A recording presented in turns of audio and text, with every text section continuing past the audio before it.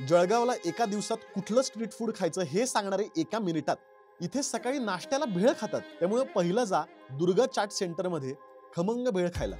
इथे कचोरी आणि ढोकळा एकत्र चुरडून त्यावर 2 प्रकारच्या तर्री, शेव, कांदा असं सगळं टाकून हटके प्रकार देतात. ढोकळ्याचा वेगळ्याच प्रकारचा नाश्ता ट्राय करायला हरकत नाही. आणि मग एकदम तिखट जाळ काहीतरी खायचं असेल तर 1960 पासून असलेल्या लोकप्रिय मिसळला जायलाच पाहिजे.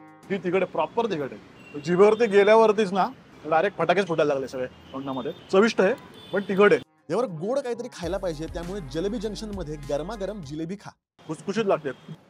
छान लागायचं अजून एक कारण म्हणजे तुपातली जिलेबी आहे. पुढचा स्पॉट आहे मधुभाऊंचे भजे म्हणून ओळखला जाणारा साई नाश्ता सेंटर. इथे मूग भजी उत्तम मिळते.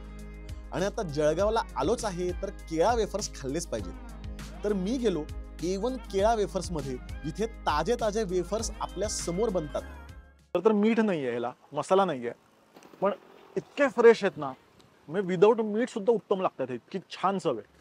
आणि नंतर ओजी घासीलाल सेठचा वडापाव तर खाल्लाच पाहिजे. मोठा वडा आणि त्यासोबत 2 छोटे पाव असं इथे देतात. खूपच खुसखुशीत आणि चविष्ट वडा आहे. आता एवढं खाल्लंय तर जळगावच्या उन्हात सोडा तर घेतलाच पाहिजे. त्यासाठी परदेशी गोटी सोडा नक्की ट्राय करा. सोडा आपला नेहमीसारखाच होता, पण गोटी सोडा आता फारसा मिळत नाही. त्यामुळे तो बनताना बघणं आणि त्याची टेस्ट म्हणजे एकदम नॉस्टॅल्जिया.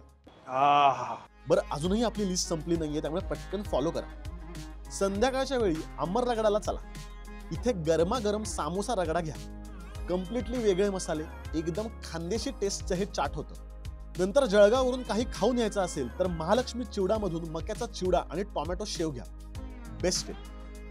आणि शेवटी भैयाजी कुल्फीमध्ये भरपूर सुकामेवा आणि प्युअर दुधाची कमाल कुल्फी खा.